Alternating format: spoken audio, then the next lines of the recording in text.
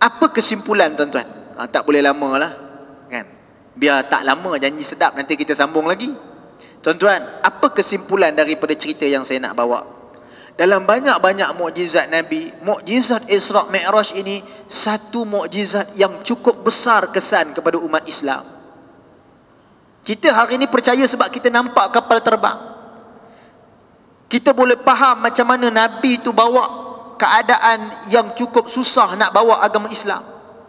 Agak-agak lah tuan-tuan, bila Nabi cerita Isra' Mi'raj tu, kita tu Allah wa'iyadzubillah lah, kita ni nak percaya Nabi sungguh ke, ataupun kita nak ikut Abu Jahal, ataupun kita nak ikut orang lain?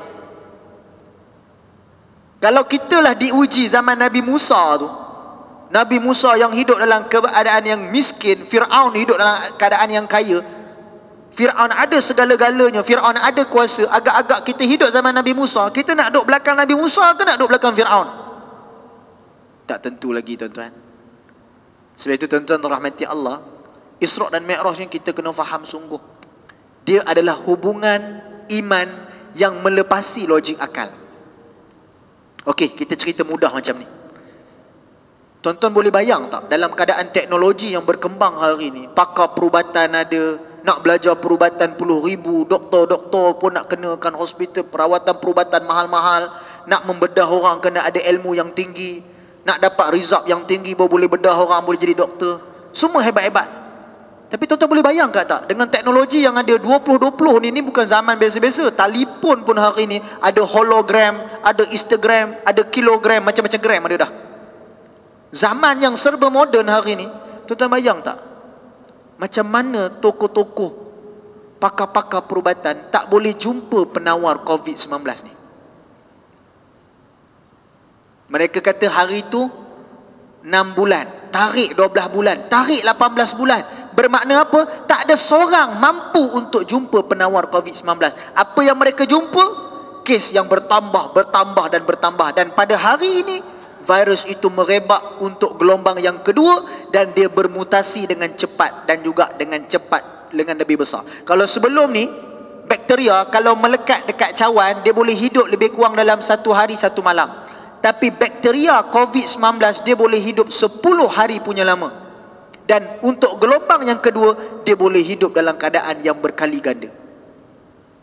Tuan-tuan bayangkan tak, macam mana dalam keadaan teknologi yang hebat, kita boleh kawal segala macam, kapal terbang boleh hilang, tak jumpa. Apa maksudnya tuan-tuan? Ada kalanya kekuasaan dan teknologi yang kita gunakan dengan tangan dan akal kita tak boleh mencapai kuasa Allah Subhanahu wa ta'ala. Sebab itu kita tak boleh kata kita bijak, kita tak boleh kata kita pandai, kita tak boleh kata kita hebat, kita tak boleh kata, kita kata dunia ini kita boleh petik macam Thanos dalam cerita Avengers tu. Semuanya akan hidup, semuanya boleh hancur, kecuali illa biiznillah, kecuali dengan izin Allah. Sebab itu bila virus ni datang, bukan nak minta kita panik, oh takut tak boleh keluar. Jaga kesihatan, kena jaga. Yang paling penting, hubung kait kita punya nilai keimanan kita dengan Allah kena kuat. Yang ramai lagi tak semayang tu, kena ingatkan semayang cepat. Dulu orang tak nak makan makanan yang halal. Orang makan ikut dan, mana yang terbang mereka makan, kecuali kapal terbang mereka tak makan. Mana yang berempat kaki mereka telan, kecuali meja mereka tak telan. Hari ni mereka cari makanan halal. Yang kita ni pula boleh tak kisah nak makan apa, janji makanan tu sedap. Dulu mereka ni dalam keadaan nak mandi pun susah. Kalau pergi toilet, tuan-tuan boleh pergilah, dia calit aja. Hari ni mereka anjurkan basuh tangan kena lebih 5 kali satu hari. Kita berwuduk lebih daripada 5 kali satu hari. Tuan-tuan, apa maksud dia? Faruddu ilallahi wa rasulih, kembalilah kita kepada Allah dan Rasul. Allah Ta'ala nak bagi satu teguran supaya kita berfikir mana yang masih lagi belum lagi untuk sama-sama kembali atas jalan Allah. Baliklah cepat-cepat. Dah tak ada masa dah. Zaman sekarang bukan zaman nak bergaduh, zaman nak mikir apa yang kita ada, apa yang kita cukup, harta kita. Tuan-tuan, orang putih buat satu filem, nama filem tu Mesiah. Apa maksud filem ni? Tentang Dajjal. Dia buat satu filem, Dajjalnya akan keluar Dan Dajjal ini akan berada di tengah-tengah masyarakat. Ketika itu ekonomi jatuh, virus berkembang, dunia berperang. Orang tak boleh berharap dengan mana-mana kuasa dah, kecuali berharap dengan Al-Masih. Kita orang Islam, Al-Masih penyelamat itu adalah Imam Mahdi. Tapi mereka anggap Al-Masih itu Dajjal. Ni, tonton cari Al-Masih. Nama dia, filem ini Mesiah, 10 episod.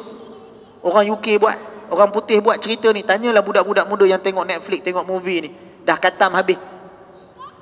Tuan-tuan, Mesiah ni nak bawa gambaran bila dunia kelang kabut, orang pakat beli tiket, orang pakat beli flight nak pergi ke UK, nak pergi ke negara orang putih, nak pergi jumpa dengan Mesiah. Sebab apa? Mesiah ni dia manusia macam biasa, dia buat satu live video. Dalam filem ni dia tunjuk punya hebat orang putih. Dia buat live video, dia kata, hari ni aku akan tunjukkan kekuasaan aku. Aku akan tunjukkan bukti yang aku ni adalah penyelamat. Datang dan berkumpul di situ. Satu dunia datang berbondong-bondong untuk tengok apa agak-agaknya yang dia nak buat. Waktu tu US nak tangkap dia, Israel nak tangkap dia, semua nak tangkap sebab dia ni bagi kacau bilau masyarakat. Tapi masyarakat waktu tu semua percaya yang dia ni penyelamat. Sebab itu tuan-tuan, orang putih pun buat cerita Dajjal ni. Waktu itu apa yang berlaku? Ada sebahagian lepas daripada filem tu dipaparkan, bila tengok dekat Twitter, dekat internet, sebahagian daripada orang kita, orang Melayu Islam kita, budak-budak muda, dia kata lah, kesiannya kat orang ni. Kenapalah sebelum ni aku dengar Dajjal ni jahat, Dajjal jahat, handsome Dajjal ni, baik dia ni, dia nak ajak orang, nak selamatkan orang. Ni Twitter ni, beribu Twitter di kalangan budak-budak muda sejak dilancarkan pada Januari 2020 baru ni. Dipilih tarikh Januari 2020 untuk keluarkan filem ni. Budak-budak muda orang Islam satu dunia, tak kira mana negara pun, dia kata menyampaikan simpati kepada Al-Masih ni. Hebat tak? Sebab itu tuan-tuan, zaman kita dah zaman yang paling ujung dah. Kita dah tak ada masa untuk kita duduk dalam keadaan yang senang lenang. Sebab itu Isra' dan Mi'raj ni dia bukan tentang salat, bukan tentang Nabi jumpa itu, jumpa ini. Itu kita dah tahu. Yang kita tak tahu adalah macam mana hubungan kita dengan sesuatu yang lebih jauh daripada logik akal, yang manusia tak boleh nak capai. Manusia tak boleh nak catch up langsung. Kita tak boleh nak tangkap langsung. Apa jawapannya? Jawapannya adalah hubungan hati kita dengan Allah Subhanahu Wa Taala. Kalau iman manusia ni masih lemah, boleh percaya benda-benda macam tu. Kalau hiburan datang kita lalai, kalau waktu solat kita masih sia-siakan, tuan-tuan, maka ianya akan berterusan merebak, menyebabkan ramai manusia akan terus musnah dan terhapus. Kalau nak Allah Ta'ala terima doa kita agar dihapuskan balak dan bencana, ni balak lah tuan-tuan. Kalau lama sangat ni balak lah. Kalau hujan, dia turun sehari, 2 hari, kemudian 3 hari, sedap lagi. Kalau dah sebulan hujan, longkang tak sempat nak bersih, banjir habis masyarakat, orang kakak bala. Tapi kalau hujan sikit-sikit lepas panas, tu rahmat juga. Sakit sikit-sikit ni rahmat juga. Tapi kalau dah berapa bulan dah hari ni tak jumpa lagi jawapannya, makin teruk, ini musibah yang kalau nak Allah Ta'ala terima doa kita agar dihilangkan balak dan wabak ini, kembalilah kepada jalan Allah. Ajaklah manusia kepada kebaikan. Tak kira agama, tak kira bangsa. Cukup-cukuplah kita bergaduh, cukup-cukuplah kita hasad dengki, cukup-cukuplah kita buat benda-benda yang tak baik.